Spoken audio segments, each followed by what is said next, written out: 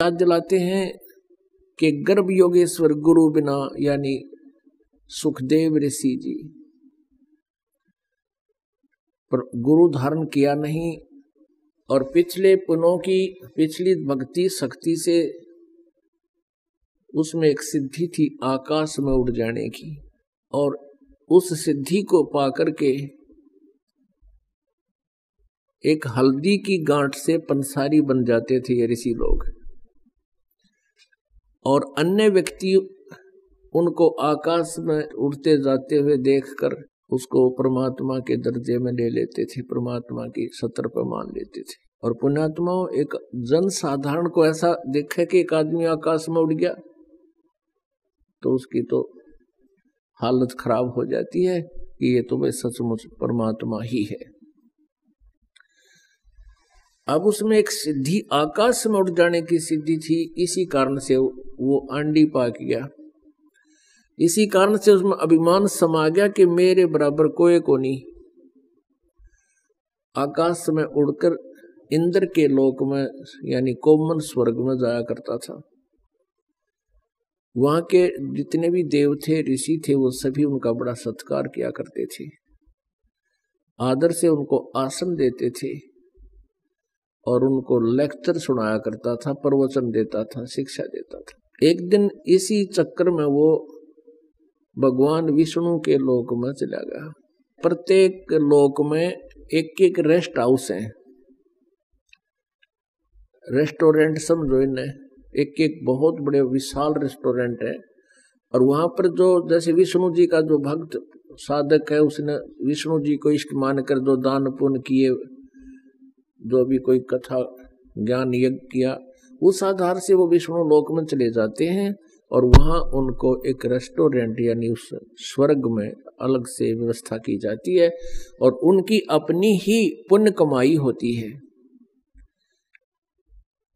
और वहां वही जा सकता है। विष्णु जी के लोक में जाने वाले के लिए एक विशेष विधान है। वैसे तो सभी भगवानों की साधना करने वाले जैसे शंकर जी की साधना करते हैं, उनका भी गुरु हो, और गुरु हो उस इष्ट का कृपा पात्र, उससे उपदेश लेकर के वो साधना करें।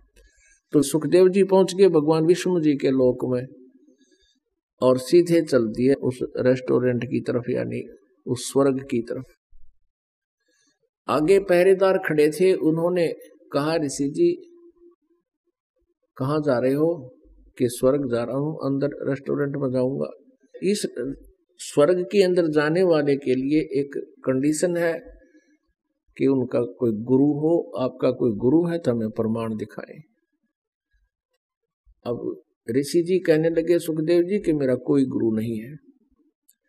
तो उन्होंने कहा आप अंदर नहीं जा सकते, ये परमात्मा का आदेश है, विष्णु जी का आदेश है। अब उधर से उसने जिद पकड़ ली, हट कर लिया कि मैं तो अवश्य इसमें जाऊंगा, गुरु हो या ना हो तुमने इस चीज से क्या लेना देना है। वो कहने लगे, पार्षद यानी वो पहरेदार कहने लगे, जी हम नहीं जाने देंगे आपको जब तक आदेश विष्णु जी का नहीं होगा। तो उन्होंने कहा भाई विष्णु जी से मेरी बात कराओ। इतना हवा में उड़ रहा था वो। अब वो सेवादार गए, सेवक भगवान से प्रार्थना की, प्रभु एक सुखदेव नाम के ऋषि आए हैं और स्वर्ग में जाने की हट कर रहे हैं।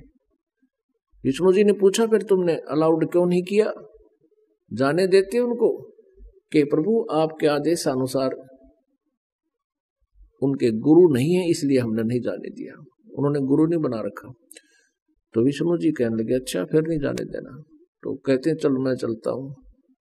विष्णु जी आए बाहर अपने रेजिडेंस से और सुखदेव से कहा, हाँ भाई ऋषि जी यहाँ कैसे आए तुम?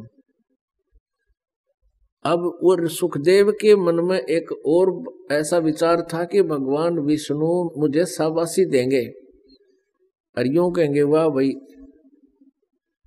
मैं ऋषि जी आपने तो बहुत अच्छी उपलब्धि की है और यहाँ आकाश में उड़ कर आ गया। और जब उन्होंने एक ही शब्द बोला कि यहाँ किस लिए आए ऋषि जी, कैसे आना हुआ यहाँ पर, यानी ढंग से बात नहीं करी, आधी सिट्टी फिट्टी तो उसकी वहीं गुम होगी। फिर कहने लगा प्रभु मैं या विश्राम करना चाह रहा था कुछ दिन स्वर्ग में। अब विष्णु जी को पता तो था ही, फिर भी पूछा क्यों भी तुमने क्यों नहीं अंदर जाने दिया सेवादारों।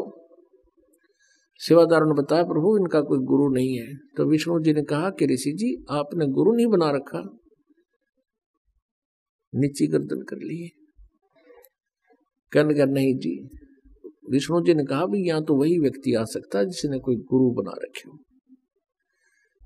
और बिना गुरु के भक्ति सफल होगी नहीं ऋषि जी तेरी। और फिर क्या बोलता है कि जी मेरे समान पृथ्वी पर कोई व्यक्ति नहीं है जिसको मैं गुरु बनाऊं।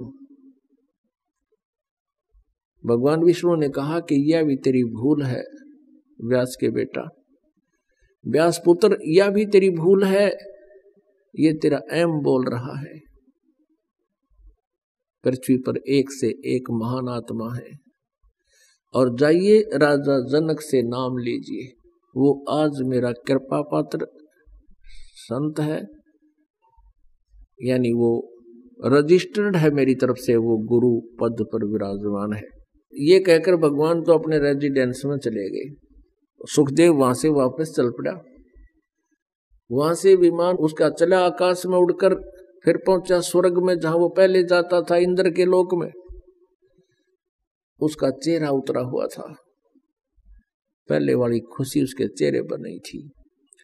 उपस्थित ऋषियों ने देवों ने पूछा कि ऋषि जी क्या बात है, आपके चेहरे पर आज खुशी नहीं है, आज टेंशन में कैसे हो।